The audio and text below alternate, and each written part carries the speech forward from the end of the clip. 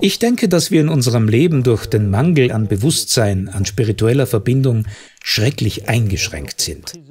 Wir sind gefangen in dem, was wir glauben, was wir sehen, was wir hören. Wir sind tatsächlich in den materiellen Gegebenheiten gefangen. Aber es gibt eine Ebene, und das ist das Interessante, die spirituelle Ebene, die über dem Allen liegt, die Ebene der Transzendenz. Transzendenz ist für mich fundamental. Transzendenz, das heißt eine andere Welt mit übergeordneten Gesetzen, mit einem tieferen Sinn und einer Reinheit, die uns umgibt, zu der wir normalerweise keinen Zugang finden. Und jeder Moment, in dem wir doch Zugang zu dieser geistigen Welt haben, ist ein gesegneter Moment, ein Moment der Gnade.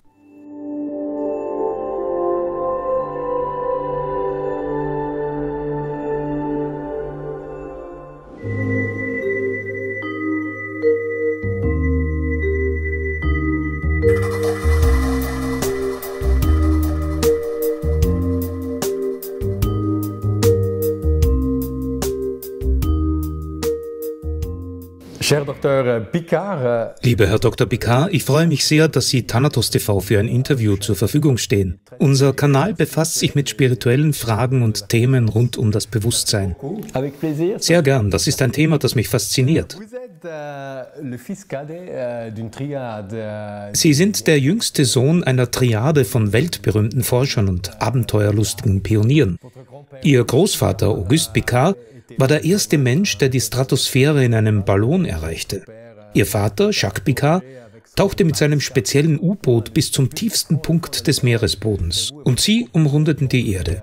Sie und ihr Co-Pilot waren die Ersten, die die Erde zuerst mit einem Ballon und später mit einem Solarflugzeug umrundeten. Die Begeisterung der Menschen für all diese Leistungen ist ungebrochen. Vielleicht auch, weil es romantisch anmutet, wenn jemand zum ersten Mal den Rand des Weltalls oder den tiefsten, dunkelsten Punkt des Meeres erreicht. Oder wenn jemand wie Sie mit dem Ballon den Globus umrundet. Könnte man sagen, dass zumindest teilweise eine gewisse Romantik die treibende Kraft hinter diesen Höchstleistungen ist? Romantik ist das, was man sieht, wenn man es geschafft hat. Aber bevor man Erfolg hat, gibt es eine Menge Arbeit, in wissenschaftlicher und in technischer Hinsicht. Es braucht viel Teamarbeit. Umfangreiche Vorbereitungen sind nötig. Das alles ist nicht immer sehr romantisch. Und dann gibt es oft auch noch Rückschläge, bevor man Erfolg hat. Aber wenn es erst einmal funktioniert, denkt man, wow, das sieht so einfach aus. Wenn Sie an Ihre Kindheit zurückdenken, hatten Sie da bestimmte Vorstellungen? War es immer Ihr Ziel, auch ein Abenteurer zu sein?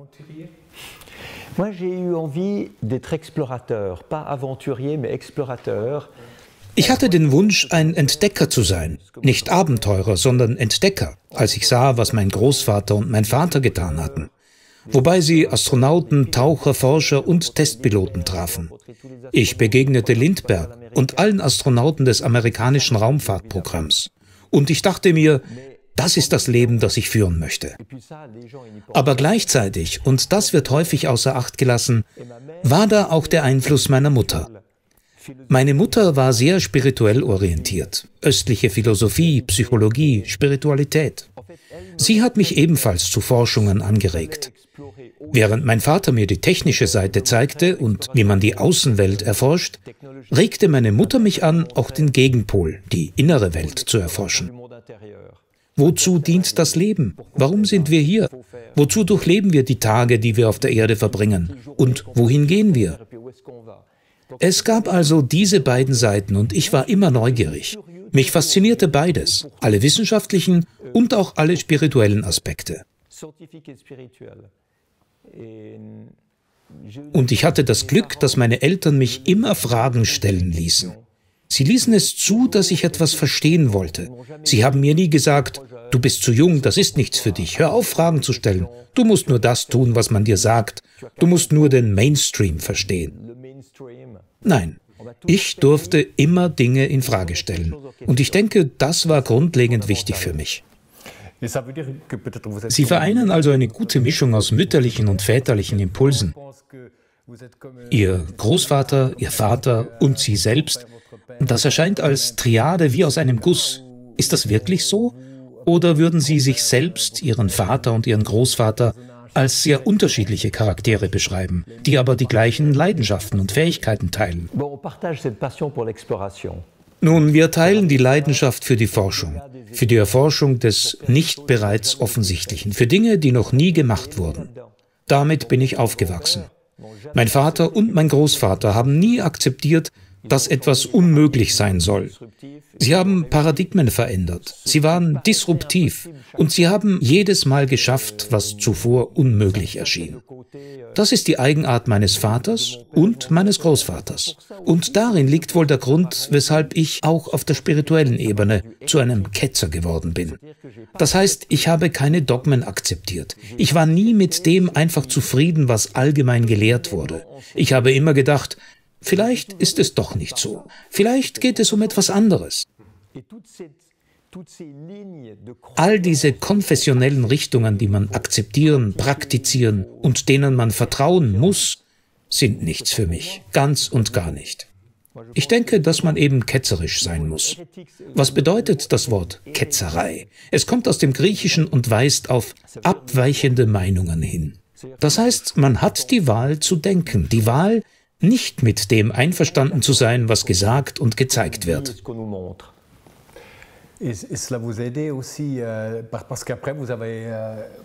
Hat Ihnen diese Gesinnung auch als Psychiater und Psychoanalytiker geholfen?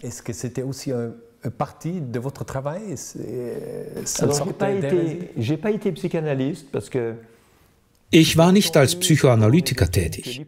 Während meines Studiums hatte ich gehört, dass Hypnose nicht funktioniert. Das hat mich dazu angeregt, dieser Sache nachzugehen. Denn vielleicht funktioniert sie ja doch. Vielleicht behaupten nur Leute, die ihr psychoanalytisches Dogma, ihr Freudsches Dogma nicht aufgeben wollen, dass Hypnose nicht funktioniert. Als ich vor 35 Jahren studiert habe, war Lausanne eine Hochburg Freuds. Also wollte ich mir die Hypnose näher anschauen. Man sagte mir zum Beispiel auch, dass die Akupunktur nicht funktioniert. Ich habe auch das versucht. Wenn immer man mir gesagt hat, dass man etwas gar nicht erst ausprobieren sollte, habe ich es getan. Nur Drogen habe ich nie ausprobiert, denn ich war mir immer sicher, dass sie keinen Vorteil bringen, keinen Nutzen haben. Vieles andere habe ich aber versucht. Auch die Hypnose habe ich ausprobiert. Und ich habe beobachtet, dass sie extrem gut funktioniert. Sie war mir nicht nur bei meinen Ballonfahrten eine Hilfe, sondern auch in Therapien. Sie ist ein extrem starkes Werkzeug, um Menschen dabei zu helfen, ihre eigenen Ressourcen zu nutzen, damit sie sich weiterentwickeln können, die Bewusstseinsstufe in ihrem Leben erhöhen können. Also bin ich Hypnotherapeut geworden und habe 20 Jahre lang mit Hypnosetechniken behandelt. Das erinnert mich an ein anderes Beispiel von Picard-Häresie. Sie sind der Meinung, dass der berühmte Satz von René Descartes, „Ich denke, also bin ich“, umformuliert werden sollte in „Ich fühle, also bin ich“. Wie kommen Sie darauf? Immerhin ist dieser Satz ein Grundpfeiler der abendländischen Philosophie. Warum diese Anregung, ihn neu zu formulieren? Weil ich denke, dass die westliche Philosophie teilweise falsch ist. Wir sind zu sehr auf das Gehirn und das Denken konzentriert und nicht auf das, was es uns ermöglicht, zu sein. Das Denken ermöglicht es uns, im Alltag zu funktionieren. Aber es ist nicht die Grundlage unseres Seins, des bewussten Seins. Wenn Sie bewusst sein wollen, brauchen Sie nicht zu denken. Denn wo sind Sie, wenn Sie denken? Sie sind in der Vergangenheit. Sie denken vielleicht an das, was Sie hätten anders machen sollen. Oder Sie sind in der Zukunft und gedanklich mit Dingen beschäftigt, die Sie nicht kontrollieren können oder die Ihnen Angst machen. Aber Sie sind selten in der Gegenwart. Die einzige Möglichkeit, wirklich in der Gegenwart zu sein, im Bewusstsein des gegenwärtigen Augenblicks, liegt im Fühlen. Hier und jetzt geht es nicht darum, darüber nachzudenken, was ich Ihnen sagen werde, sondern darum zu spüren, dass ich in diesem Moment meines Lebens hier in diesem Sessel sitze. Mit meinem Körper, mit Ihnen und 2 anderen Personen im Raum und einer Kamerafrau, die gerade filmt und den Ton aufnimmt. Mit diesen bewussten Wahrnehmungen beginnt man zu fühlen, präsent zu sein. Nur in der Gegenwart, im gegenwärtigen Augenblick kann man auf sein Leben einwirken. Anders geht es nicht. Man sollte also viel mehr fühlen als denken. Es geht also um das Bewusstsein, um unser menschliches Bewusstsein.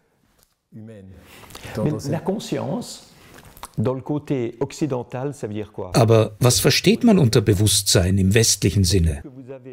Bewusstsein bedeutet hier, dass man nicht schläft. Es bedeutet, dass man im Hirnstamm Nervenimpulse hat, die in die sogenannte retikuläre Zone des Gehirns gelangen und dafür sorgen, dass man wach ist. Das körperliche Wachsein ist aber nicht das Gleiche, wie auf der spirituellen Ebene bewusst zu sein. Dieses Bewusstsein ist viel wichtiger. Es geht über das Wachsein hinaus. Bewusstsein bedeutet, zu einem bestimmten Zeitpunkt im Leben in einer bestimmten Situation zu sein, mit allem, was es uns ermöglicht, uns mit der Transzendenz zu verbinden. Das ist das Wichtige. Es geht darum, aus seiner eigenen kleinen Welt hinauszugehen, um Kontakt, Verbindung mit einer größeren Welt zu finden. Mit einer Welt der Transzendenz, einer energetischen Welt, die eine andere Qualität hat als die niedrig schwingende Materie unseres täglichen Lebens. Das ist nicht unbedingt einfach, aber der Versuch, sich mit einer höheren Energiequalität zu verbinden, fördert das Bewusstsein. C'est peut-être ça, on n'associe normalement pas le sport de haut niveau que vous avez fait. Normalerweise verbindet man Hochleistungssport, wie Sie ihn betrieben haben, und auch wissenschaftliche Expeditionen nicht mit Spiritualität. Sie aber sind daran sehr interessiert. Was hat Sie mehr geprägt? Ihre Suche nach spirituellen Werten oder Ihre Abenteuer, Ihre Entdeckungsreisen? Das eine wäre ohne das andere nicht möglich gewesen. In vielen Gesprächen erzählte mir meine Mutter von ihren Forschungen, von ihren Gedanken über das Bewusstsein, über die Bedeutung des Augenblicks. Für mich war das zunächst nur Theorie, eine Idee, während sie ihre Erfahrungen hatte. Aber als ich mit dem Drachenflug anfing, begann ich zu verstehen, wirklich zu spüren, was sie mit dem Bewusstsein des gegenwärtigen Augenblicks meinte. Wenn man sich mit 16 oder 17 Jahren unter einem Deltaflügel befindet und sich in Relation zu seinem Trapez bewegen muss, um sich im Luftraum zu orientieren, dann steuert der Körper, das Körpergewicht, den Flügel. In 3000 Metern Höhe kann es dabei zu gefährlichen Situationen kommen. In der Bewegung muss man lernen, die Risiken abzuwägen, richtige Entscheidungen zu treffen, die gesamte Flugstrategie zu managen. Man befindet sich in einer Situation, in der man unbedingt das Richtige tun muss. Und dabei lebt man zwangsläufig nur für den Augenblick. Da wurde mir klar, dass Descartes Unrecht hat, wenn er das Denken mit dem Sein verbindet. Nein, existenziell geht es nicht um das Denken. Man muss fühlen. In solchen Momenten handelt man wirklich bewusst. Das war für mich eine Offenbarung. Es war wie eine Erleuchtung. Als ich mit dem Kunstflug anfing, erkannte ich, dass ich in jedem Moment meines Kunstflugprogramms vollkommen präsent und bewusst war. Es war fast so, als könnte ich die Zeit anhalten. Die Zeit verging viel langsamer, weil ich so intensiv lebte. Wenn ich dann abends nach Hause kam, gab es nur noch 1,5 Minuten Akrobatikprogramm. Damit war der Tag vorbei. Durch diese Intensität wurde ich in meinem Alltag so viel besser, so auffallend effizienter, dass ich diese Erfahrungen weiter erforschen und beruflich nützen wollte. Aber nicht nur für mich selbst als Flieger, sondern als Psychiater, als Psychotherapeut, als Hypnotherapeut, um dem Patienten zu helfen, eine stärkere Beziehung zu sich selbst herzustellen, eine Beziehung zu ihrem Leben, zu ihrem Bewusstsein, damit sie besser kontrollieren können, was mit ihnen geschieht und wieder mehr Macht über ihr eigenes Leben gewinnen. Deshalb bin ich Psychiater geworden. Ich war also eigentlich zuerst Forscher und Entdecker, ehe ich Psychiater wurde.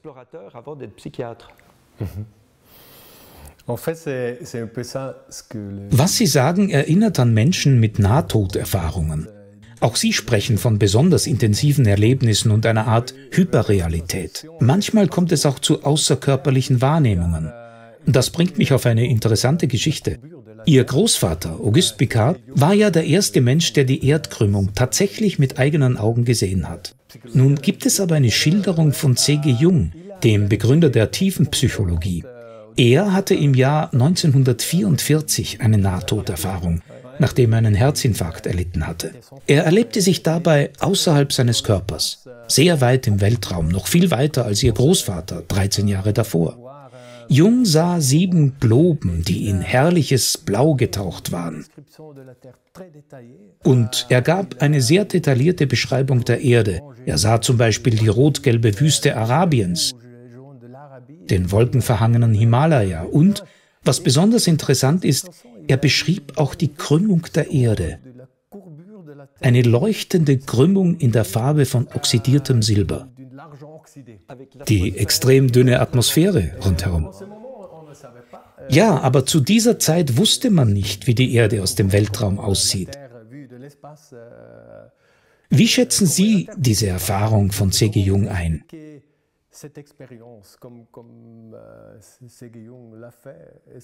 Könnte sie wahr sein? Hat er die Erde wirklich gesehen? Vous savez, moi je pense que de notre vie, nous sommes terriblement limités. Ich denke, dass wir in unserem Leben durch den Mangel an Bewusstsein, an spiritueller Verbindung schrecklich eingeschränkt sind. Wir sind gefangen in dem, was wir glauben, was wir sehen, was wir hören. Wir sind tatsächlich in den materiellen Gegebenheiten gefangen. Aber es gibt eine Ebene, und das ist das Interessante, die spirituelle Ebene, die über dem Allen liegt, die Ebene der Transzendenz. Transzendenz ist für mich fundamental. Transzendenz, das heißt eine andere Welt mit übergeordneten Gesetzen, mit einem tieferen Sinn und einer Reinheit, die uns umgibt, zu der wir normalerweise keinen Zugang finden. Und jeder Moment, in dem wir doch Zugang zu dieser geistigen Welt haben, ist ein gesegneter Moment, ein Moment der Gnade. Jung hat sich sehr intensiv mit Momenten der Synchronizität beschäftigt, mit diesen besonderen Momenten, in denen man plötzlich Antworten bekommt. Man weiß nicht woher, aber man bekommt Antworten, Erklärungen, man erhält Botschaften. Es gibt auch besondere Träume, Träume mit unerklärlichen Vorahnungen. Nun kann man entweder sagen, das alles ist nicht real, nicht wissenschaftlich, daran glaube ich nicht. Und so verliert man den Zugang zur Spiritualität. Oder man sagt sich, vielleicht gibt es noch etwas anderes jenseits der wissenschaftlich erfassbaren, materiellen Welt, die man kennt. Und wenn man eine Forscherseele hat, dann fühlt man sich dazu gedrängt, dieses andere zu erforschen. Nun, Jung scheint mit seiner Nahtoderfahrung und dem, was er daraus mitgebracht hat, weit nach oben gelangt zu sein. Seine Schilderung zeigt, dass es in der Verbindung mit der spirituellen Welt wirklich keine Grenzen gibt. Jung war offensichtlich ein Eingeweihter, jemand, der sehr viel mehr entdeckt hat, als ein normaler Mensch entdecken und verstehen kann. Das macht den immensen Wert seines Werkes aus.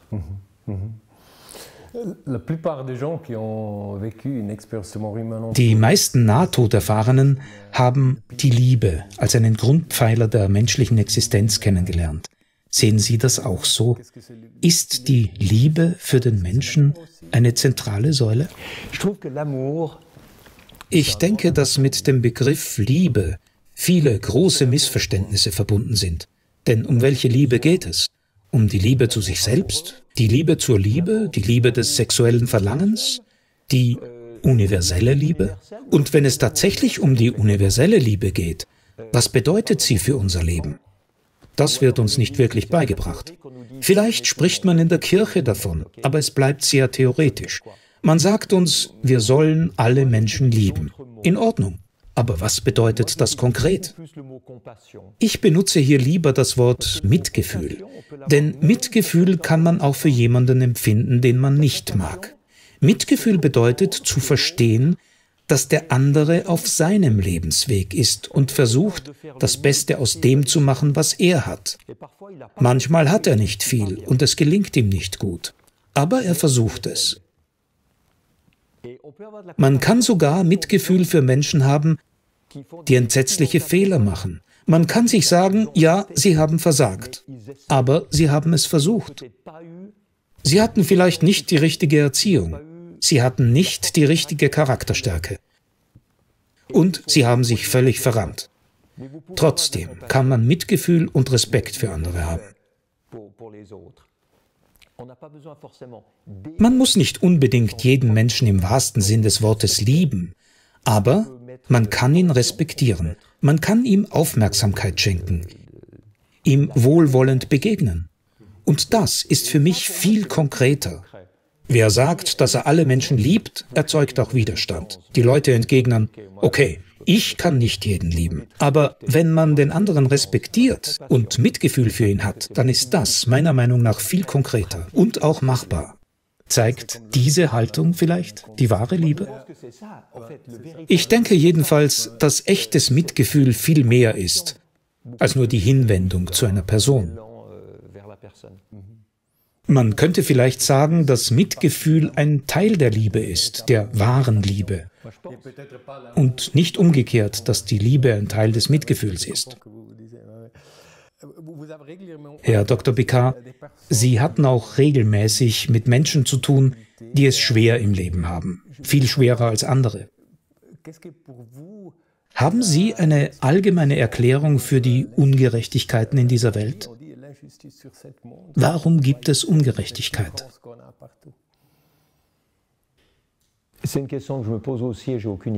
Das ist eine Frage, die ich mir auch stelle, und ich habe keine Ahnung, warum das so ist. Ich finde es empörend. Aber ich denke, wir sollten begreifen, dass es in einer Welt, die in Materie verkörpert ist, nur Dualität geben kann. Es gibt keine Einheit in dieser Welt, es gibt nur Dualität. Es gibt Tag und Nacht, Gut und Böse, Krieg und Frieden, Weiß und Schwarz, links und rechts, Himmel und Erde. Alles hat letztlich zwei Seiten. Daher gibt es auch Gerechtigkeit und Ungerechtigkeit. Es gibt Liebe und Hass. Es gibt all diese Extreme. Und sie sind Teil der Schöpfung, die wir wahrnehmen und in der wir leben. Man kann keine Münze mit nur einer Seite haben. Sie hat notwendigerweise zwei Seiten. Es gibt also Ungerechtigkeit und es gibt Gerechtigkeit. Und was hat das zur Folge? Nun, es bedeutet, dass diese materielle Welt, die in der Dualität verkörpert ist, nicht jeden glücklich macht. Es ist eine Welt, in der die einen Glück haben und die anderen Pech, und die wir nicht als ideal empfinden. Deshalb haben die ältesten Philosophien, wie zum Beispiel der Taoismus, immer gelehrt, die Extreme zu vereinen, um die Einheit zu finden. Man kann auch eine Verbindung zu den Begriffen des Christentums herstellen und versuchen, zu jenem ursprünglichen Zustand zurückzukehren, den es vor der Erbsünde gab. Denn man kann den Begriff Erbsünde als den Fall aus der Einheit in die Dualität der Materie betrachten. So verstehe ich ihn. Und was folgt daraus? Sollen wir sagen, okay, wir leben hier in der Dualität und kämpfen mit anderen, um reicher und glücklicher zu werden, mehr Dinge als sie zu besitzen? Oder sollen wir sagen, nein, das ist nicht die Welt, nach der wir uns sehnen. Versuchen wir also, einen spirituellen Weg zu finden, um das Materielle zu überwinden, um unsere Seele zu befreien, die in dieser Dualität gefangen ist. Versuchen wir, die Einheit wiederzufinden. Das hat der Taoismus gelehrt. Darin lag die taoistische Suche. Vergleichbares haben dann die Alchemisten gezeigt. Was ist die kosmische Hochzeit der Alchemisten? Es ist der Versuch, die Extreme zu vereinen, um die Einheit wiederherzustellen. Oder mit anderen Worten, den Zustand vor der Erbsünde wiederherzustellen. Ich glaube, dass wir nur so diese schrecklichen Extreme, die wir in unserer Welt sehen, überwinden können. das Gold des Alchemisten finden. Alle Schrecken dieser Welt sind darauf zurückzuführen, dass wir in der materiellen Dualität leben. Und das ist nicht der Ort unserer Sehnsucht. Man kann kämpfen oder den spirituellen Weg gehen. David Brooks, ein Kolumnist der New York Times, unterscheidet zwei Arten von Menschen. Es gibt diejenigen, die andere Menschen glänzen lassen, sich für sie interessieren und ihnen zeigen, dass sie wahrgenommen werden. Und es gibt andere, die ihre Mitmenschen niedermachen. Welcher Typ überwiegt wohl in unserer Gesellschaft?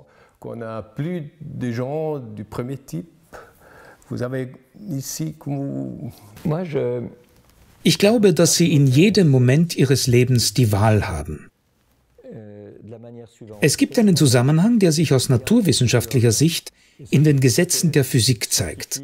Ein Kontinuum zwischen Materie und Energie.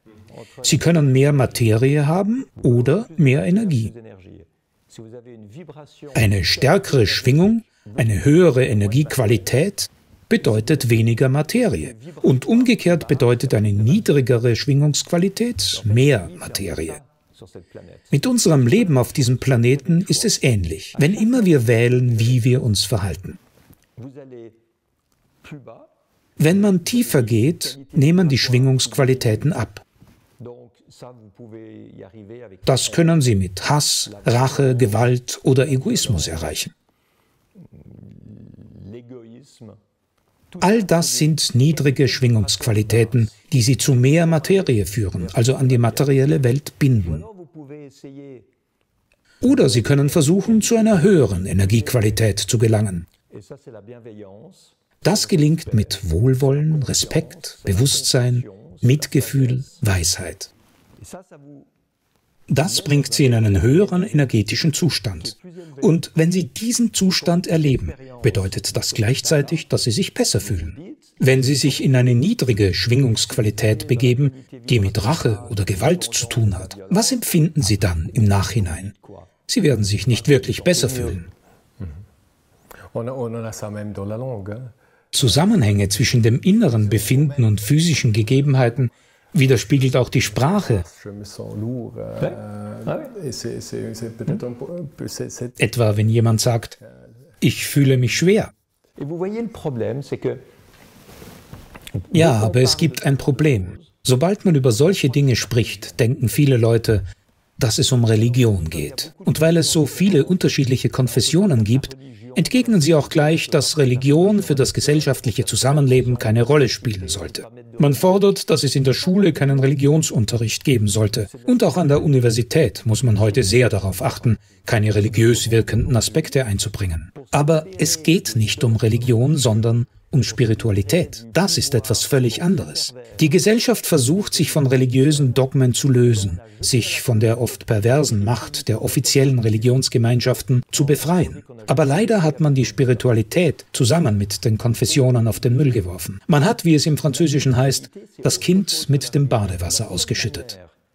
Spiritualität ist der Weg, auf dem sich alle unterschiedlichen Religionen treffen könnten, auf dem sie einander verstehen und miteinander sprechen könnten.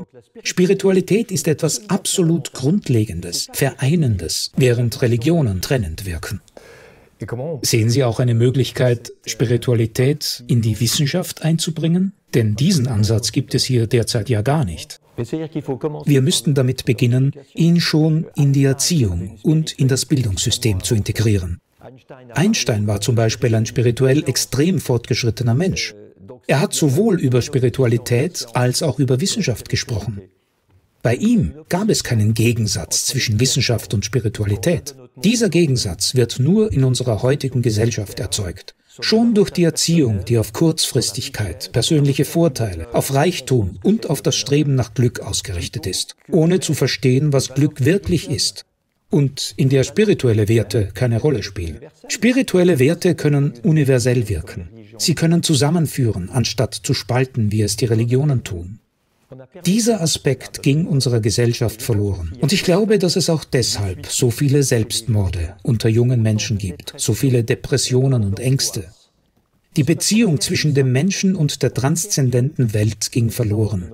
Die Beziehung zu einer höheren Welt, die über das Alltagsleben hinausführt, die dem, was man erlebt, einen Sinn verleiht.